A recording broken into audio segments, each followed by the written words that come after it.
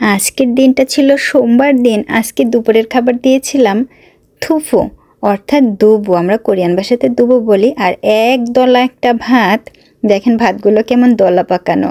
তার সাথে দিয়েছিলাম স্যুপ, মূলার স্যুপ, সাথে বিফ দেওয়া এবং তুফু।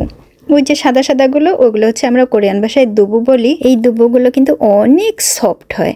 আবার দিয়েছিলাম এই থুফুই বা দুবু একেবারে সেদ্ধ করা, তার সাথে সয়া সসের একটা সস তৈরি করা আমার নিজেরই। এরপর দিয়েছিলাম নাপা ক্যাবেজের কিমচি।